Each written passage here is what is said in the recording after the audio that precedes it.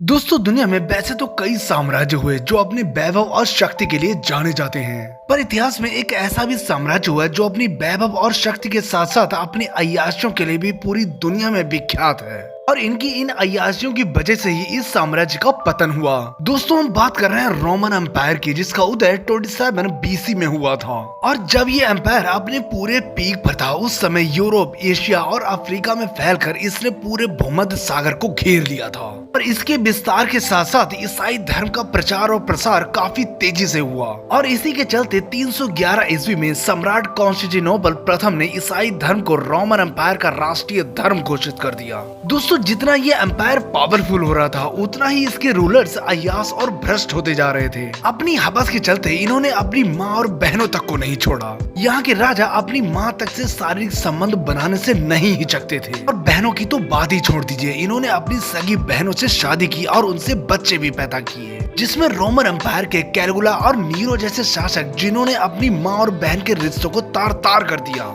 जहाँ कैलगुला अपनी सगी बहनों से शारीरिक संबंध बनाता था, वहीं नीरो ने तो अपनी माँ से ही शारीरिक संबंध बना दिए। और इन्हीं विचारधाराओं के कारण पीढ़ी दर पीढ़ी यहाँ के शासकों में भ्रष्टाचार और अय्याशी फैलती रही। जबकि इस एम्पायर की नींव ईसाई धर्म के प्रचार और प्रसार के लिए रखी गई थी, पर इन शासकों ने अपनी अय्याशी और भ्रष्टाचार के कारण रोमन एम्पायर को खोखला कर दिया था। आंतरिक कलह और बाहरी आक्रमणकारियों की वजह से शक्तिशाली रहा रोमन एम्पायर अब अपने पतन की ओर चल पड़ा था। और 1453 आते आते कॉन्स्टेंटिनोपल, जो कि उसकी राजधानी थी, तुर्कों के अधीन हो गई और शक्तिशाली रहे रोमन एम्पायर का अंत हो गया। दोस्तों, इस रोमन एम्पायर की नींव ईसाई धर्म के प्रचार और प्रसार के लिए हुई थी, पर इन शासकों की अय्याशी और भ्रष्टाचार के कारण इसका पतन हुआ। हालांकि आज रोमन एम्पायर समाप्त हो चुका है, पर इसकी जड़ें आज भी यूरोप में फैली हुई हैं, जिसका असर आपको यूरोप की सभ्यता में देखने को मिल जाएगा। वैसे दोस्तों, आपको ये वीडियो अच्छा लगा हो तो प्लीज सब्सक्राइब करें, क्योंकि हम ऐसे ही रियल और इंटरेस्टिंग वीडियो लाते रहते हैं।